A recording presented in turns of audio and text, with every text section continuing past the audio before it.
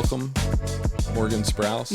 Morgan is a friend of mine I met in a coffee shop, and whenever I decided to do this podcast, I reached out to a couple of friends and various different people to get the appropriate consulting to get these microphones, to get the right cameras, to get the right mixing board, because I wanted to do it well. And I remember meeting you in the coffee shop, and you were like, you know, I can do that. And so you came over, you consulted me for a day, and that was really helpful. And then so I keep seeing you again in the coffee shop, so on and so forth. So the first thing I need to do is introduce you guys to Morgan Sprouse, because Morgan is a chief problem solver. He's created a business from dirt into something. He's got a marketing degree from ORU, Oral Roberts University, which is my alma mater as well. Yep. And so we just had a lot in common. But when he came over to help me with all this stuff, he also we also kind of stumbled into a conversation about accounting and about how to budget. Yep. And how to manage your cash flow as a small business person. And so, Morgan, I just appreciate you. Thank you. I appreciate your experience, and I appreciate where you're at right now, because you're kind of just getting started. Yep. Right? So when did you graduate from ORU? Graduated in 16, walked in 17. I finished a semester early because I started with a few credits. And did you immediately go into a job of some sort? Or? Yeah. So right out of college, I got an internship at a marketing agency here in Tulsa, and just I had kind of resigned to the 9 to 5, like, let's just do this and try to make a lot of money so I can buy a fancy car or something, and really unhealthy. But got the internship, then got a part-time contract job with the same agency, and then they extended a full-time offer, and I kind of haphazardly accepted that. And no shade on them or anything, because they're really good people. It just wasn't for me. Like, yep. I was working a lot, because I was, pulling a 40-hour week there. And then on the weekends, me and my girlfriend, my wife now, serve at Life Church. And so, we're running, before the pandemic, we're doing 9 services on a weekend, plus a switch service or youth service in the middle of the week. And so you were running the lights and the audio and so she does audio, I play guitar. And okay. Yeah. So just, another 20, 25 hour a week job on top of the 40 hours. Mm-hmm. Excuse me. I was pushing a 60, 65, 70 hour week, and just super unhealthy, 70 hour week, and just really unhealthy, and came to the realization that I did not like the idea of trying to make someone else money. Yeah. And that's not, it just wasn't for me. Like, yep. No shade on anybody who works on, a 9 to 5 or anything like that. I couldn't justify in my brain putting in more and additional effort for no guaranteed extra pay when any of my additional effort would make someone else money. That just made no sense to me. And so finally got up the courage to quit, even though I didn't know how I was going to pay all my bills. And kind of just did church on the weekends, and I had like one like video kind of client that I was helping do a few things with for a little while. so had enough to kind of sustain myself. And then COVID hit, and we went from 9 services to 0 services a month. And you were paid per service. Yeah, and we're paid per service. And so, and you and your wife were doing it together. Yeah. So, well, she was still my girlfriend at the time, because this is the beginning of 2020. But yes. So things got tight. just tight and crazy, and pull out the credit card. Yeah, unfortunately. Yep. And so I would have, by the way. Yeah. I'm not judging you. No, I don't go back and judge myself, because I knew better, but I wasn't prepared to do anything else. Yeah, I understand. Yeah. So services came back like after a month, but we're like at less than half capacity. So, the amount of work that I have guaranteed coming in each week or whatever is now way less. And so, I remember in like June going into July of 2020, I resorted to Ubering, because I didn't know It's not a bad choice. No, I mean, and it helped pay the bills. And then through a connection I had, I kind of realized, through all of this, I'm trying to figure out, what do I really want to do, because I've always enjoyed like music, and I can produce and all of that stuff to a certain degree, but it just never felt like the correct fit to do long term. It always felt more like a hobby, maybe, or I don't want to use the word hobby, because I enjoy it on a professional level, but it didn't ever seem like something that just was going to work out to do full time and be able to, so I kind of realized through all of that what I had done, no matter where I had been or what I was doing, I feel like I'm Michael Scotting, no matter who you're with, for whatever reason, I had always been the tech guy. And throughout college, helping, my mom, I had always been the tech guy. Everybody had always come to me for their problems. And I always liked discovering new tech and, sorting it out and figuring out ways to use it to improve my life, but, also help other people improve their lives.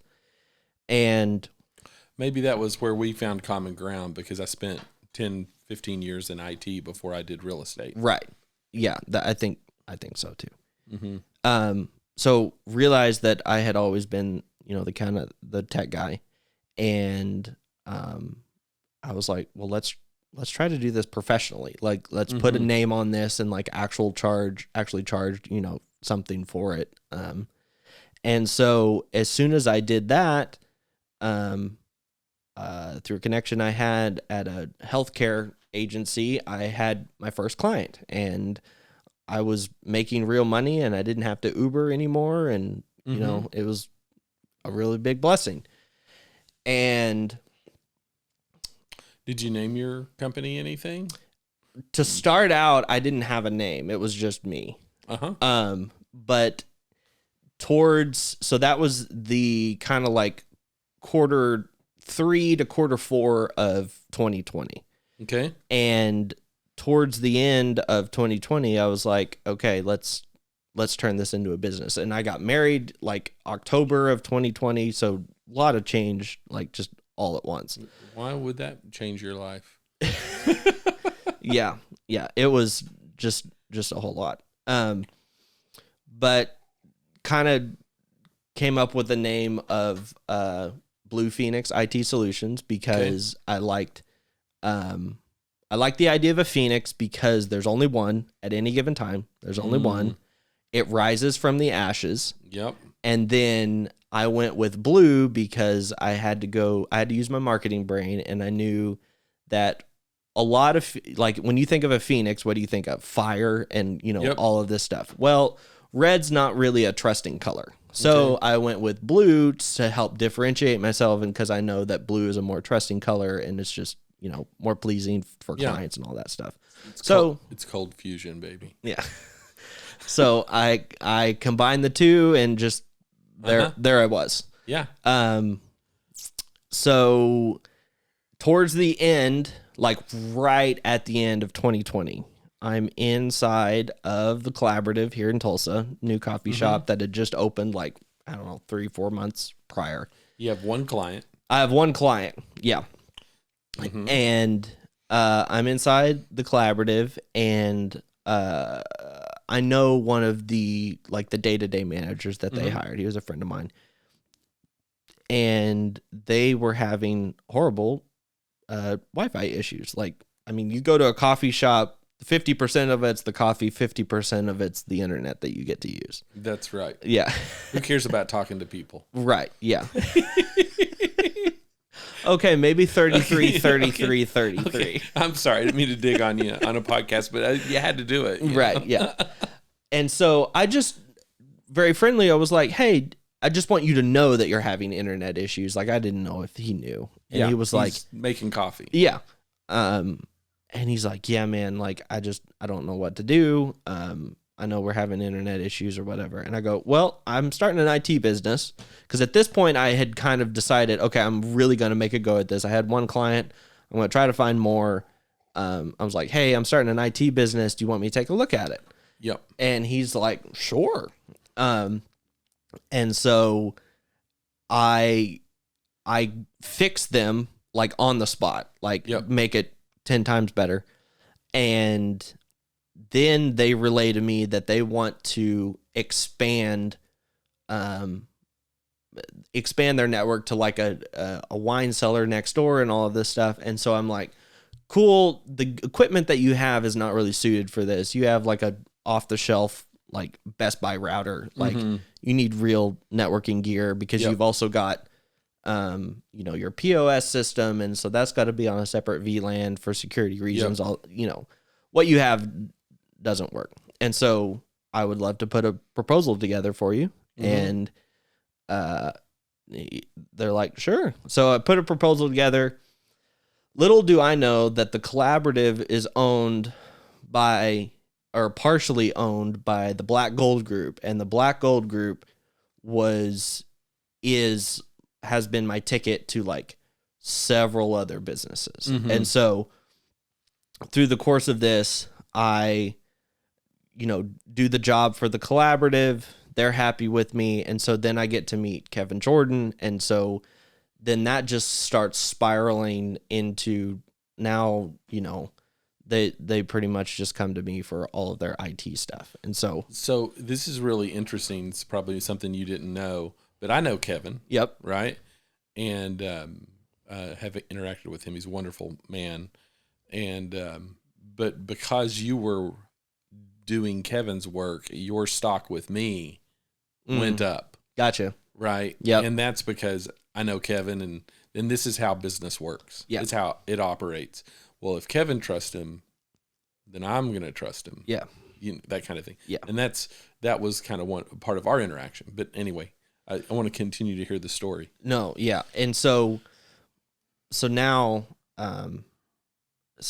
they've got me. I did, adjacent to the Collaborative are 17, 18 different, man caves. And so I helped them put all of that on one big network segmented for all their clients, or their tenants. So you ran all the cabling, put in all of the new networking gear and all of that stuff. And so, that one job at the collab, me just saying, hey, do you know you have internet issues, just has led to, so much more work. I did the second collab location, and then I did a refurb model for their pediatric rehabilitation facility that they're, co-owners in. And then that led to me being on retainer for that client and, helping them every week with, their tech stuff. So tell me about your first paycheck. When you literally got first paid from your first client? From my first client, so Scissortail Healthcare. So what did that do to you as a young, and I know we want to stay away from this word a little bit, but as a young entrepreneur, somebody who just decided against a job. Yeah. Right? Right. That doesn't have the baggage with the Gen Xers as it does with the with the millennials and earlier, or so later. But my question is, you get your first paycheck, intoxicating, exciting, like you actually bring revenue in, right? Yeah. So I remember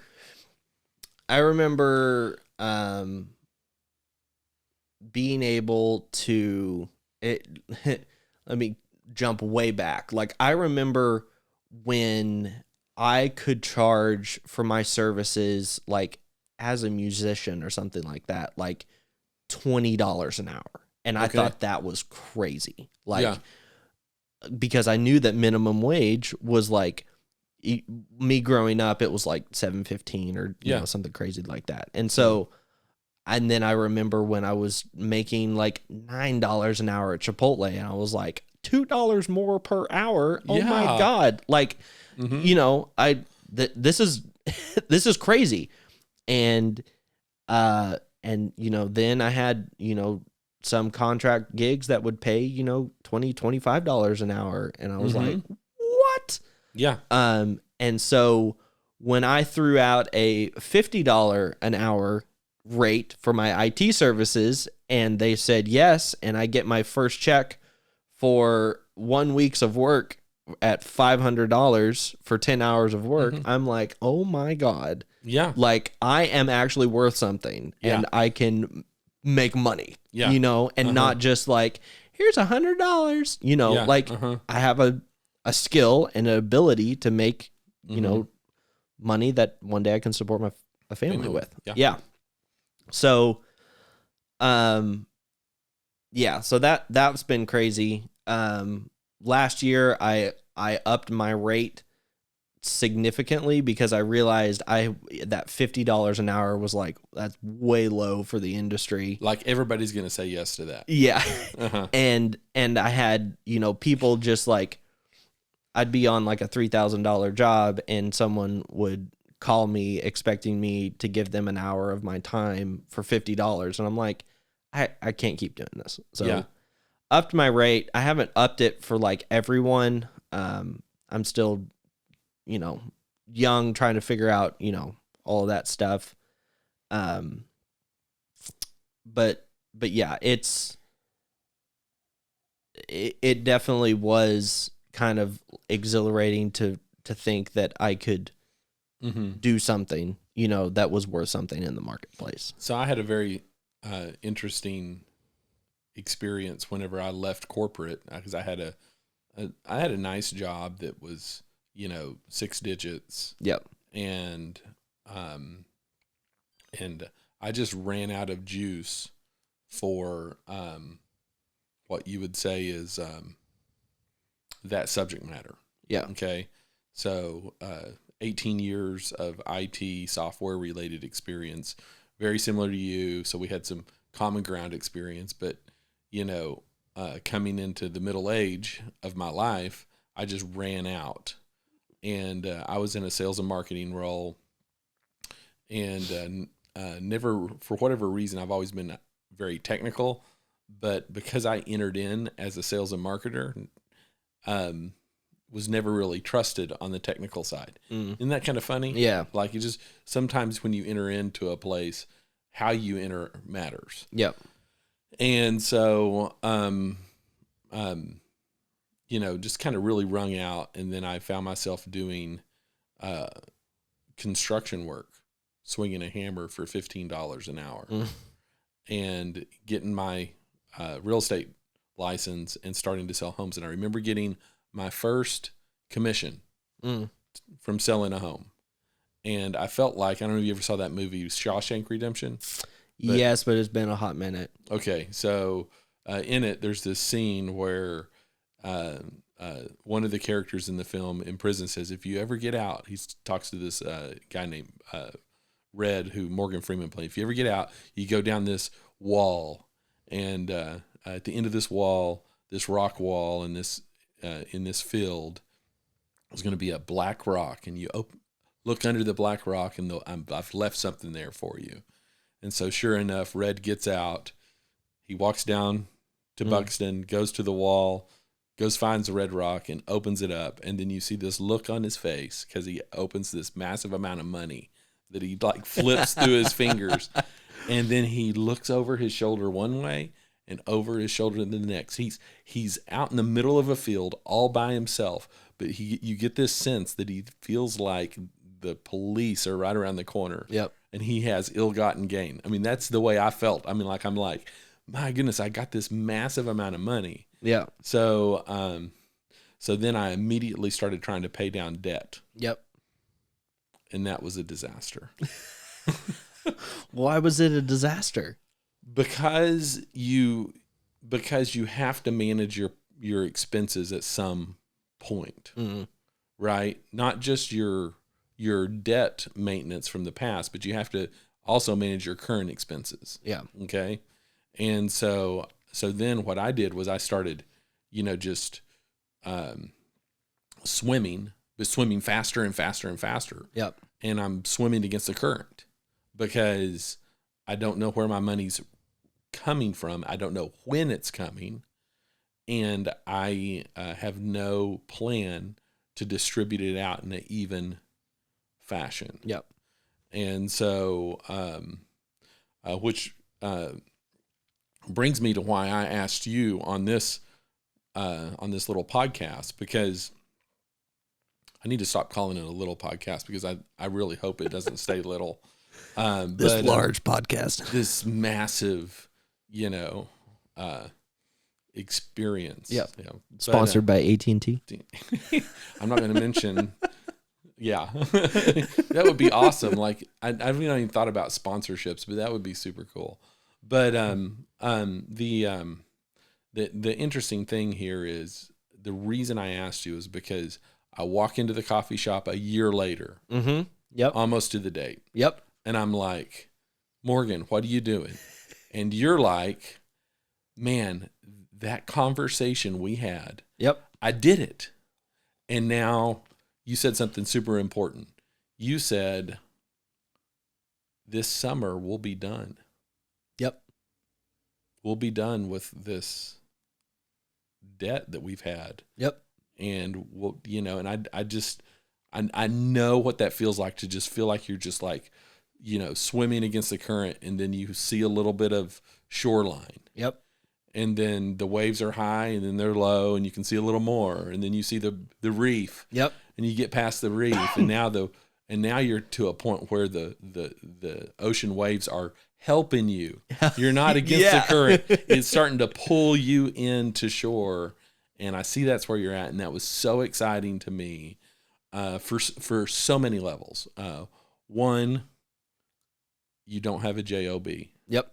No dig on anybody, like you said, no dig on anybody who has a job, but you decided. Yep. To chart your own path, primarily because you want the spoils. Yep. And the guys who shift more risk on themselves are the ones who get more reward. Yep. But you also realized through our conversation, and probably others like it, I don't think I'm the only one that's been in your world, that cash flow is the number one issue with small business people. Yep. And I struggled when I first started because I made a lot of money, but then I was not timing its passing out into my expenses in the appropriate times. And so I racked up a massive amount of credit card debt. And this was in 2017 to 2019. Alora and I paid off over $35,000. Nice. In credit card debt. Nice. We were able to remodel, sell our home, buy the home we're in. Yep. And increase our equity stake in the new home literally by 33%. Nice. And we actually owe less on this home than we did on the first. Nice. And so there's but we couldn't have done it had we not figured something out about cash flow. Yep. And so I saw you doing that, and I just thought, man, I got to talk to him, and I want to hear this story. So how'd it go?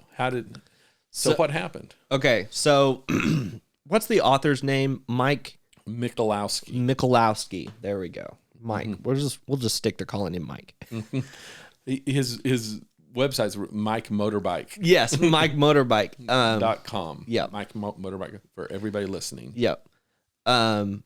So when did we have that conversation? Like, I feel like it was I feel like it was like second quarter of 2021.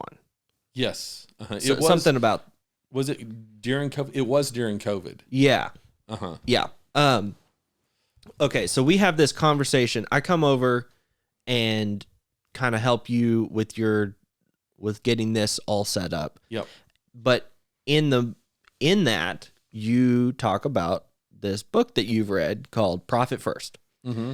And I didn't really know. Well, back up. Okay, Clary and I get married, and we knew going in that we had debt. I bought a car in 2019 that I should not have bought, and when we got married, I owed about like 32 grand on that car. Mm-hmm. And then we had credit card debt from COVID and me not changing my lifestyle when I lost a decent amount of income when I quit my job. Okay. Because, I just didn't change my lifestyle, had less cash, and was like, it'll be fine. And it wasn't fine. So we get married, and we had, I want to say about $50,000 to $55,000 of debt, including that car. Would that include like your school debt, or? We don't have any school debt. Okay, but so credit card, and it was just credit card and car. Okay. And we were like, yeah, we need to pay it off, but we weren't really gung ho about it yet. Yeah. That's really not, like, interest is such a beast. Yeah. That you can't not be gung ho about that. Yeah. By the way. Yeah. Oh, we learned. Excuse me. So we knew we had debt, and we knew we were going to work to pay it off, but at the time it was just kind of overwhelming, and we were like, what are we going to do? So the year rolls around. So this is beginning of 2021, and Dave Ramsey came to church and preached a message that was really good, but he also gave the entire church access to Financial Peace University. Okay. And so Clary and I, it just both hit home for us, and we're like, okay, we have got to knock this out, because we have long-term goals of being able to be a blessing to others, but also not living like our parents and being concerned about, when the next paycheck is going to come in, just not the way we want to live. And so we start paying off debt. We use some of our wedding money to, gifts and all of that stuff. We paid down a little bit of debt.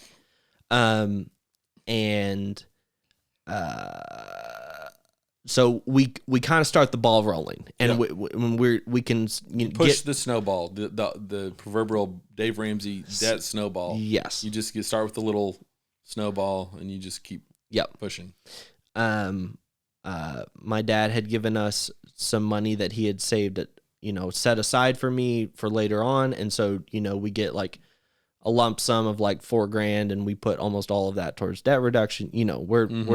We're using everything at our disposal. Well, tax season rolls around, and about the time we start feeling like we get a headwind, we find out that because we had not managed our money very good the year before, now we have a $15,000 tax bill.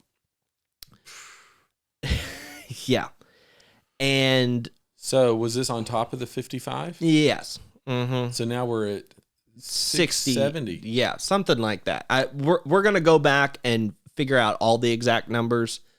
But yeah, it's somewhere. That is ridiculous. Where you're at is amazing. Yeah. Okay, we'll get there. But okay, so yeah, we have a $15,000 tax bill that that we now owe on. And so that just took the wind out of our sails, but it also we kind of felt like it was financial rock bottom. Like we weren't destitute or dumpster diving or something like that. But for us, it was a wake up call, and we were like, okay, we're not living like this again. Did you sell bodily fluids? I tried. Plasma? I tried. And almost passed out. Okay, that didn't work. I've never been able to do it. When I was in college, I thought, man, I'm going to go down to the plasma place. I'm going to give them my veins, and I just could not get over. It literally took, like, the one time I tried it, it was like a 4-hour thing, and I'm like, I've got clients that I could be working for. Like, yeah. And yeah, it was just a whole, yeah. I did try. That's hilarious. Okay, so yeah, we get slapped with this $15,000 tax bill, and we're like, we're not living like this. We're done. And so you can go back in our Excel spreadsheet, and April of 2020, we cracked down on everything. We're living on a tight budget. Rice and beans. Yeah. And so, because we knew we had to keep our expenses low, because, we weren't just going to come into a lot of money, and then just pay it off. We knew we had to do the hard work. So we start, budgeting really heavily. And then about this time is when you and I have a conversation about Profit First. Okay. Because the way I see Profit First is super fascinating, because we followed the same path. We did Dave Ramsey in our personal world. Yep. But we had no matrix at all to how to manage cash flow in our business. Yep. Which is one step ahead. For small business people, it's one step ahead. If you're getting a paycheck and a W-2, your taxes are being withheld. Yep. That's not scary. No. But I'll be honest with you, we're at January 17th today, I think. Yep. And most of our colleagues in small business are terrified. Yep. They don't know what's coming. Yep. Then that's where they want to cheat. Yep. That's where I want to cheat. Yeah. I mean, let's be honest. I will say this publicly. I will do everything legally to pay the government less and less and less. Well, of course. Me too. Uh-huh. Yeah. Okay. So you and I have this conversation about Profit First, Q2 of 2021. And I liked it, but I wasn't desperate enough to do something that radical. Okay. Why did it feel radical? It felt radical because it felt almost too simple. Oh, yeah. Uh-huh. It felt like, I should have the discipline to be able to kind of do this without opening up 5 more bank accounts. Yep.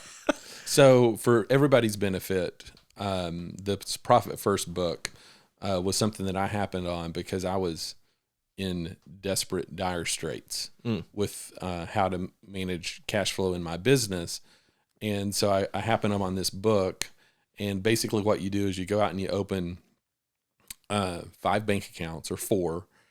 And one of them, the first one's a pass-through account called income. And you put all of your revenue from your business into that income account. So if you're a coffee shop, you take everything out of the till, you make all your deposits into one account. Yep. And then you have 4 other accounts, and you label them profit, owner's compensation, expenses, and taxes. Yep. Okay. And then there's in percentage terms, you simply budget using bank accounts by putting, like how I started was 5% in profit. 50% of my income went to owner's compensation. 15% went to taxes, and then 30% went to operating expenses. Okay. And by simply doing that, every time you get a paycheck, or every time you get, not necessarily a paycheck, that's probably the wrong word. Anytime you get revenue and you bring it in, you divvy it out in those percentage terms up front. Yep. All right. So what that does is by the end of the year, the scariest bill is already paid. Yep. Your tax bill. And that 15% just piles up in there. And then guess what? If you have done well with your tax planning, you probably won't even use all that. Nope. And then whatever's left over there gets to get dumped into profit. Yep. Okay. And the profit's super important because it's the first thing that you do. In profit, you get to do things like treat yourself. Yep. It's the reason you're now living, you're working to live, not living to work. Yep.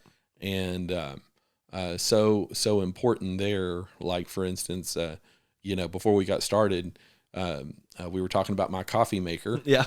And it's been a gift to me because it brings me so much joy. Right. Like, it brings me a cup of joy every morning. And I could tell in your mind, you're like, hey, I think, and I'm like, yeah, that's what that profit accounts for, Yep. right? It's for that one moment you can go in.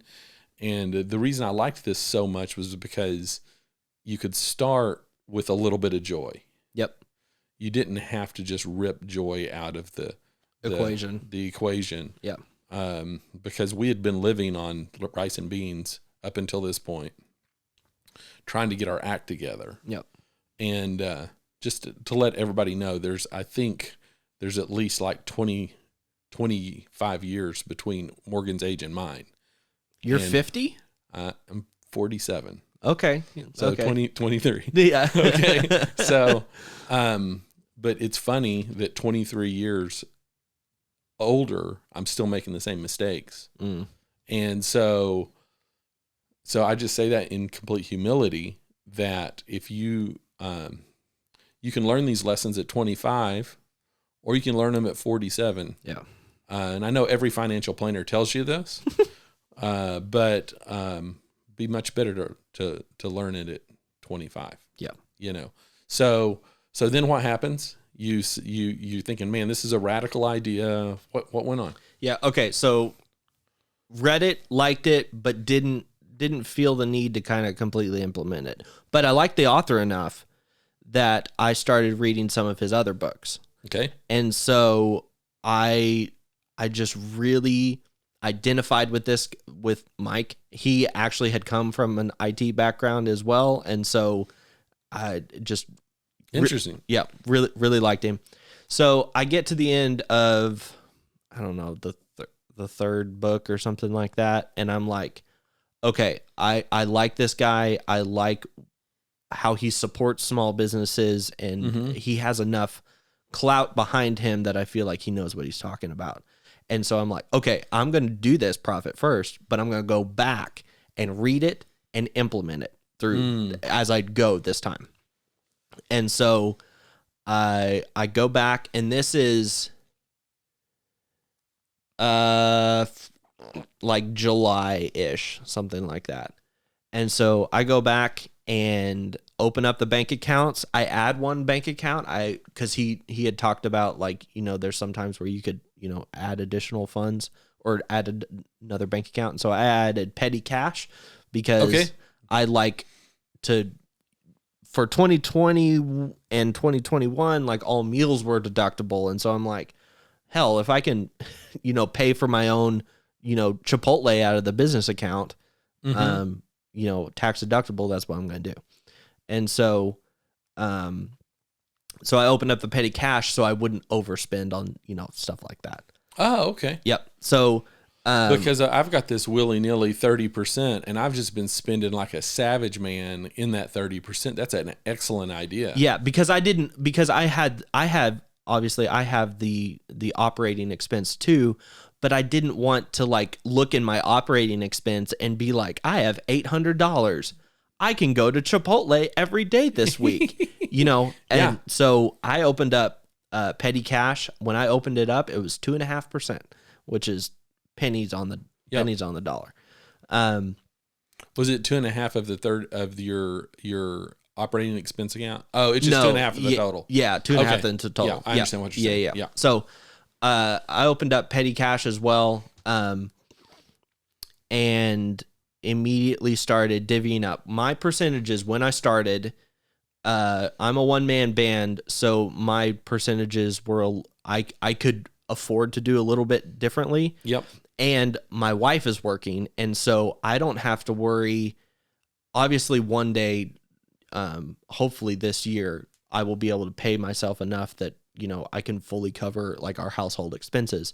But right now, while we're getting out of debt, I want to keep my my tax liability as less as possible. So my salary to myself is the bare minimum. Okay. So owner's comp for me is 35%. It's never going up because that's the minimum that I have to pay myself. Okay. I understand that. Yeah. So owner's comp is 35%. I started with 15% profit and 27.5% OPEX. Mm-hmm. And then the 2.5% petty cash. And then I started taxes at 20% because I was scared, because I did not want to not have enough to pay. You don't want to repeat. Yeah, did not want to repeat. And so those were my percentages starting out. And when we got the first profit check, it was kind of right when we started. And so I had a decent amount of money like in the one account that I kind of separated out to everything to start with. Mm-hmm. But my first profit check was like $1,300. Okay. And so we take that $1,300 and we set aside some of that for personal tax liability because, again, didn't want to you were terrified. Don't want to repeat. Mm-hmm. So, you know, we got our first like $1,000, you know, check or whatever. Mm-hmm. And so we're pretty excited. And I'm like, wow, this works. And this was like only after like, you know, we hadn't really been doing it. Yeah. And so then Q3 rolls around and it's so the first full quarter of doing this and so freeing, and we get to the end of quarter and profit count. He says only distribute 50%, but because my wife is working and we're trying to pay down debt, I distribute almost like 100% of it to myself because we're throwing it all at debt reduction. So my first profit check is $2,300, and I believe part of that one went towards buying a golden doodle because we wanted, you know, wanted to expand the family. What's its name? Scout. So we had.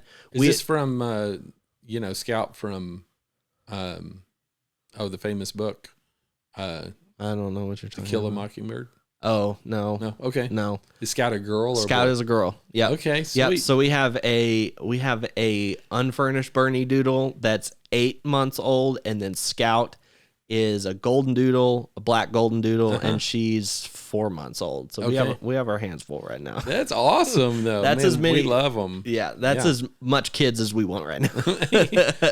that'll stave off that desire for a little while. Yeah. You know. So we were able to use that first profit check towards something, you know, kind of fun that we wanted.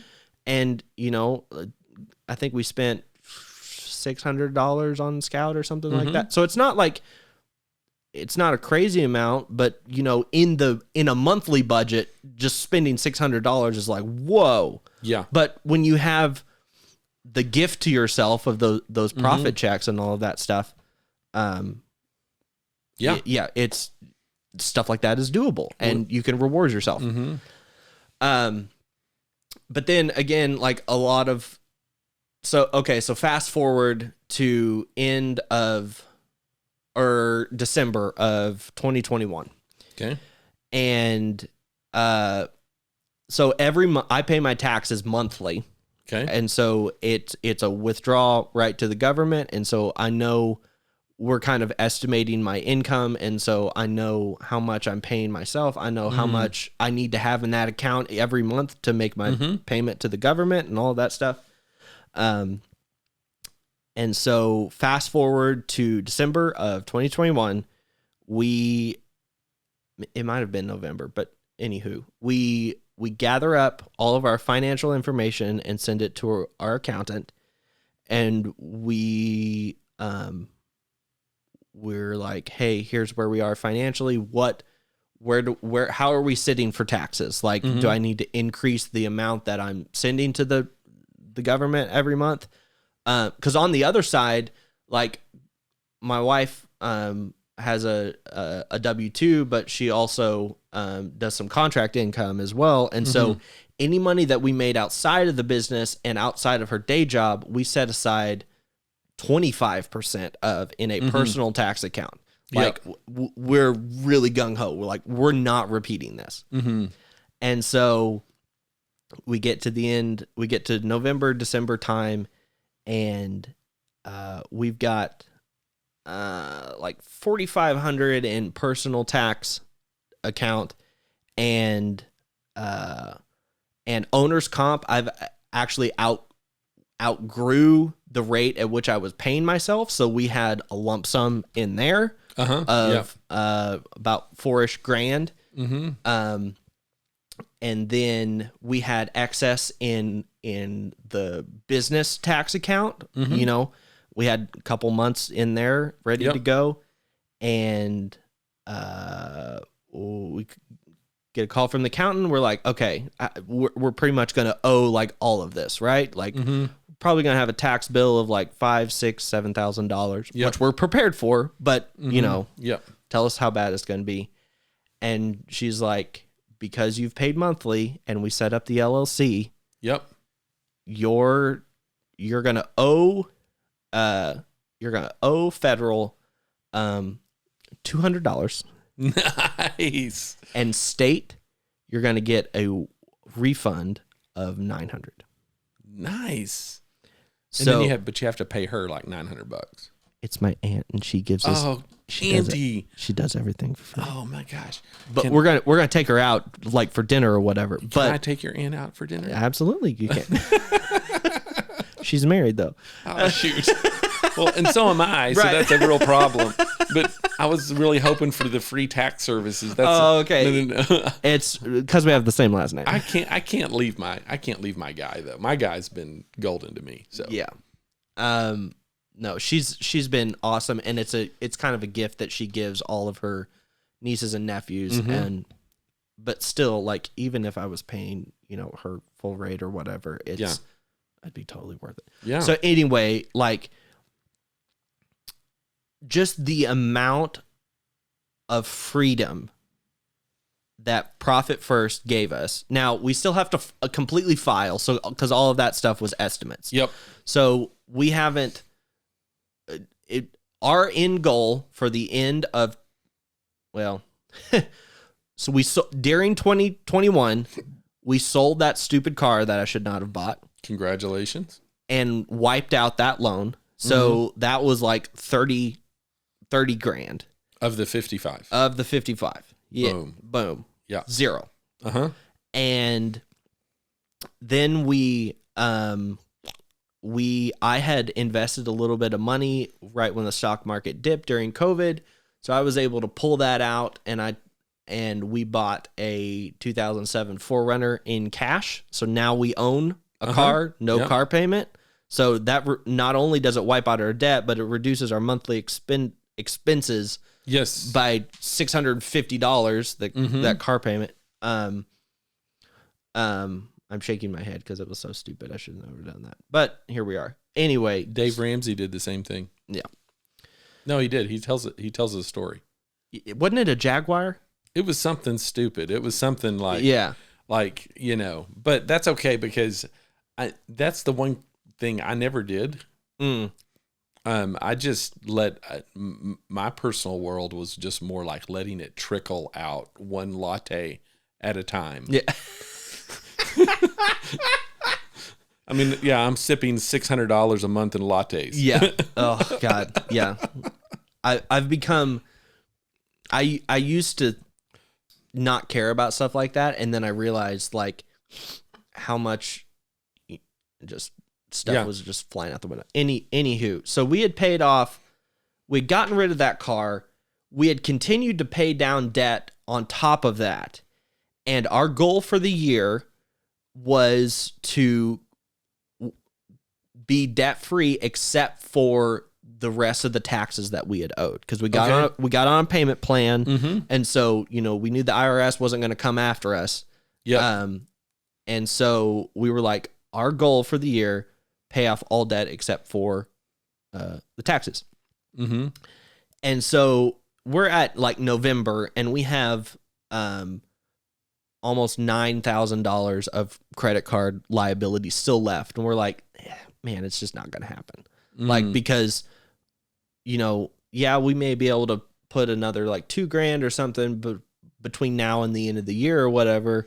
But all this money that we've got set aside it's all going to go towards taxes, because like we had paid so much last year. We just kind of assumed. But as of today, we haven't made the payments yet because we're still waiting to file because the IRS isn't open. But if it's anywhere in the neighborhood of the estimates, which obviously it will be pretty close. Pretty close, yeah. Pretty close.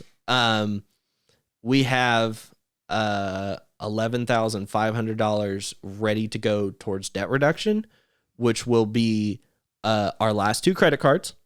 And then the rest of that will be a lump sum towards the rest of our tax liability. So it'll knock $8,500 towards credit cards, and then whatever the rest of that is, like another $2,000 or $3,000 towards the taxes, which knocks it down. It's going to be somewhere in the neighborhood of like $9,000 to $10,000 will be left on taxes. And then you've got that $650 a month that you were paying against that car. Oh, it's yeah. just grinding it out. Okay. Let me talk to you about our average income. I'm getting oddly specific. I hope Clary doesn't come after me when she hears this. Also, because we had kept, okay. Anybody who ever hears this, let me tell you one of the biggest secrets to a winning marriage that I've found in only being married for a year and a half. Okay. Tell me, please. We have a weekly financial meeting.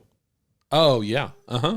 I tell you, I don't know what'll happen before that ends. We will never not do that. Because we get on the same page every week financially. We review every single transaction manually with an Excel spreadsheet. It gets categorized. Every transaction gets categorized. You give me $100 for my birthday, it goes in, and I know how much I made that month. Because I want to know that you gave me $100, but I also want to know that I spent that $100 on coffee maker or something whatever. like that. Yeah, every part of our financial, it all gets categorized for our personal. So because of that, I have exceedingly granular data of how much it takes to run our household every month. And we've set our Q1 2022 budget appropriately. And I know that on average, we will bring home, after taxes, tithe, and health insurance, we will bring home about $5,900 a month. And I know that we can live on comfortably about $3,600 a month. Yes. And so that the rest of that all gets towards debt reduction. So here's the amazing secret of going through what you're going through, is that once you actually end this horrible grind to get rid of the debt, you won't really need to change your lifestyle all that much. I know. And then that that overage is amazing. Oh, yeah. So how we do it is we do profit first in the business. We do Dave Ramsey personally. Yep. And then I do taxes a little bit different than you. I actually pay myself using a payroll service. Okay. Which takes care of the payroll service, pays my quarterly tax payments so that I don't end up getting any penalties for not paying them. but I'm not paying them. And then I also, in addition to paying my taxes using payroll services, I also pay myself 15% in profit first. Yep. Okay, so I'm actually doubling up on how much I'm saving for taxes. Okay. So at the end of the year, the government has received probably around 9 or 10% of my income in taxes. Okay. Okay. But also I have 15% of all the revenue that I earned throughout that year in a tax account.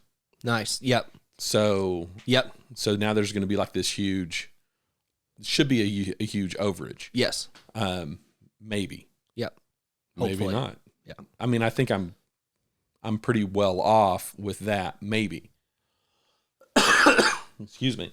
But, I just love your story, man. I love what went down here. Yeah. And, because your story and my story is actually not, it's actually not even exciting. Like, it's boring. It's boring. It requires week in, week out work. Yeah. And it's not flashy. And our house is messy at times. And it's because you're prioritizing the financial. Yeah, and I want to plaster all over Instagram and get all these dumb YouTubers to come see my house, and I'm going to be like, this is what a house looks like when the wife and husband make 6 figures and we're paying down debt. This is what our house looks like. But you also have there's leaves on the floor, and there's clothes there's leaves from the dogs, and there's clothes on the bedroom, and it's not pretty. This is what real life looks like. Yeah. And it is not what people imagine it to be. Yeah. Like, the hard work is messy. Yeah. Uh-huh. I get that because, also you have 2 dogs. Yeah. Yeah, that 100%. But also, like, but you also have, you're running a lifestyle that where both parties are working, and this is you're actually leveraging up on that right now. Yeah. All right. So to kind of give you a little bit of picture into our history, Laura had a full-time job, worked for a U.S. senator. Okay. I was in IT and telecom, which is IT. Yep. And then our daughter was born, had major medical situations, and we thought we would just kind of continue on with Allura working, but then that was impossible at that juncture. I can only imagine. So Allura came home, and somehow, and I think this is just because we trusted the Lord, and somehow it worked out. Yep. My income, I literally, the moment she came home, within 4 months, I had replaced her income. Wow. And so the Lord knows what you need in the time that you need it. And we opted from that point on. We didn't make a conscious decision to do this, but we ended up opting for a traditional family where the dad works and the wife homemakes. And, my wife has an international business degree like me. Yep. She's smarter than me.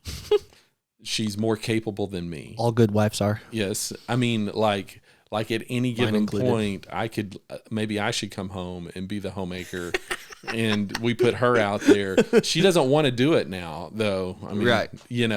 But, or at least I haven't asked in a while. So maybe I'm getting myself in trouble now with specifics here. But, Morgan, I love hearing the struggle, and I love that you're overcoming. I love that you're just not buying the cultural line that everything is so freaking chaotic right now that you can't win. Yeah. And because I feel like you and Clary, and I've not met Clary yet, but I feel like that you guys are just lockstep with one another. The tiny little financial meeting, amazing. Yep. Absolutely. 30, 45 minutes at max when we're reviewing like calendar, and man, it's it's so that meeting is just, it's invaluable to our marriage and to our finances, but to our marriage as a whole. You know, it's funny because you're out ahead of something that is pretty difficult to talk about if you never talk about it. Yep. Like relationally difficult to talk about if you never talk about it. Yep. You know, I propose that the most exciting time in my business for me is not when I close a big deal. Okay. The most exciting time for me sounds super boring, but it's when I go deposit a commission and then I come home and I allocate. Yep. I allocate the cash from one place to the next, because I know now that stream of income that's coming in is well stewarded. Yep. You know, I've spent my operating expense account down to zero multiple times. Yep. And it's kind of funny as a business guy, whenever you spend all your operating expense account, you know, and you're like, okay, so I had $2,500 in there. And now I've got another week and a half till the next, you know, revenue coming through. And I have no money. Yep. Well, as a small business person, I just get to go, I can't spend anything. Yeah. Like, it's okay. Like, we'll just have to gut it out and have nothing to, no coffees, no client lunches, no, you know, and, you know, sometimes those things, like, they have real impact. Like, you know, I'm going to have to wait to pay this fee. Yep. But it's just so much better when you land the plane at the end of the year, and then now you're bonusing yourself. Oh yes. You know, and I'm just you're getting rewarded. Like, I'm imagining your bonus January of 2023. Oh, I'm so excited. Yeah. Like, because we only did profit first for about half the year. And, I mean, another praise report, I mean, that's kind of cliche, but my top line revenue from like my weird contract work and very small IT work the year before versus this year, my top line revenue grew 30%. So if my revenue grows another 30% this year, on top of everything that we're already doing, like I can only imagine. And like I'm trying to see how much of a stickler I can be. So this quarter, I raised my profit, quarter 4, I raised my profit to 16% from 15. This quarter raised it again to 17%. Dropped my OPEX down. Now my OPEX is down to 27%, I believe. Okay. Owner's comp still at 35%, but I dropped my petty cash from 2.5% to 2% because I can see it's all about percentages for me. Yep. Like if my revenue grew 30%, I need to drop my petty cash by a half a percentage point at least, because I don't need to spend 30% more on food to make money. Like it's not necessary. There'll be one day when someone else is running my business for me and I get to enjoy the spoils and I can eat at Red Rock every night if I want to. Yep.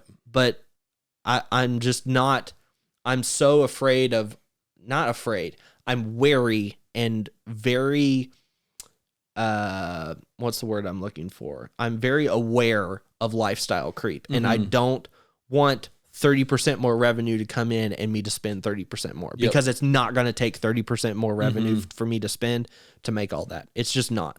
Like, so one mentor shared with me the idea of drift versus driving. Okay. And it's kind of, we used to have a Christian word for this. It's called backsliding. You're backsliding. Yeah. You're sinning and you're backsliding, which is really, so like, these are words we've I think totally nixed from Christianity. We probably could bring them back and be okay. Yeah. But drift is a super cool idea because you don't have to do anything to drift. Okay. You will drift on purpose on your own. You know, I was listening to Will Smith's book called Will. Okay. Which I don't really recommend. I mean, it just came up in this podcast. So Yeah. you're going to go out and listen to it now because we talked about it. But it's definitely not PG-13. It's an R-rated book. Okay. But he was talking about the idea that nobody, and he said in his classic Will Smith book, nobody looks at a plate and says, I'm going to eat 100% of this creme brulee. I'm not going to leave a speck on it. I'm going to discipline myself to get it done. And it's just a super interesting little example of how drift works. In the indulgences, we don't have to discipline ourselves in that direction. Yep. We have to discipline ourselves in the other direction. And so in terms of drift, drift takes you out of the driver's seat of your life. But simply applying some simple constructs around how you behave puts you back in the driver's seat. Yeah. And so this is the funny paradox that's going on here. Like, for instance, you said early on, I didn't want to do profit first because it just seemed so radical, which is a fascinating way to say it. But really what you were saying was, it just seems so confining. Yeah. But then what you found was you're not confined at all. You're actually delivered more freedom. Oh, 100%. 100% more freedom, right? You know, and I just marvel at where we've gone in the last 3 years with applying these principles and getting to do things like this podcast. Right. Self-fund a situation that's just, it's so much fun. Right. I'm having so much fun talking to you. Right. One of my favorite things. And, Morgan, man, high fives to you. Thank you. I mean, seriously, great job launching yourself. So in the matrix, or the priority of this podcast, we talk about 5 different aspects of life. And, one of them is caring for your heart and your soul as being the number one key primary purpose of a human's life. But then the second thing is to care for your treasure, because where your treasure is, there also is your heart. Yeah. And then we hit 3 or 4 other items, caring for your family and your spouse, and then caring for your career. And then what we call finishing well, which is landing the ship at the end of your life in a good way relationally. But that's why I wanted to talk to you, is because as a young man, early on, I see you caring for your finances, and that has to come ahead of caring for your career. Yeah. So you're going to have multiple careers. Yep. Like you might 10, 12 years from now, 5 years from now, 2 years from now, I don't know, whenever, you might get completely exhausted with what you're up to. Yep. But if you don't care for your finances, you might actually achieve something called the Golden Handcuffs. Have you ever heard of this? I think so. All right. So the Golden Handcuffs are super fascinating. It's the idea that you're making so much money doing something you hate. Oh, yeah. That you can't quit. Yep. And then what you've done is you've created a lifestyle based on this money you were receiving. Yep. And if that lifestyle includes debt, then now you're locked in. I have to have, and I was there, I have to have $100,000 a year to pay for the cars, to pay for the house, Yep. to pay for this and that.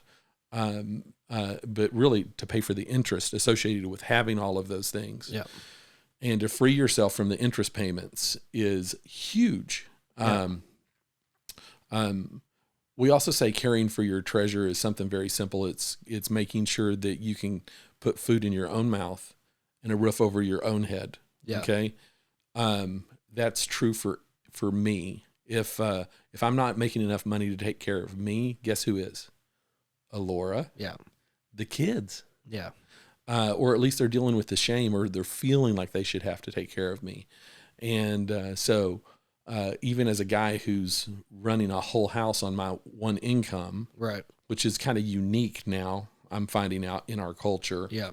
that it can be done, but only if it's done carefully. Yep. Right. And I love your little iteration. I'm going to really I think a lot about how I can implement my weekly financial meeting with Alora and get that going. Because I think we probably don't talk enough about our finances.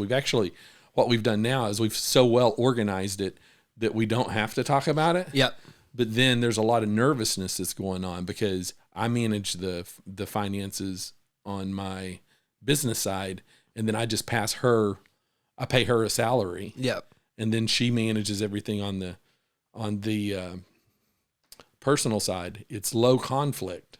Yeah. But there's a lot of money that could just pass that neither of us know about. Yeah. So that's a growth point for me. Yeah. Morgan Sprouse, thank you for coming. Thank you. It was super awesome having you here. Yeah, thank you for having me. You need a great IT service. You should reach out to this guy. And BluePhoenixITSolutions.com. All right. Look, shameless plug. Yep. Shameless plug. Let's do this again in a year, and let's update and figure out where I am in another year. That's cool. And I love the free sponsorship here. Yeah. So if you want to plug it again, you're going to have to pay me. Oh, okay. Sorry. I got to monetize this thing we're doing. No, I'm joking. No, absolutely not. So thank you for coming. Yeah. Thank you very much.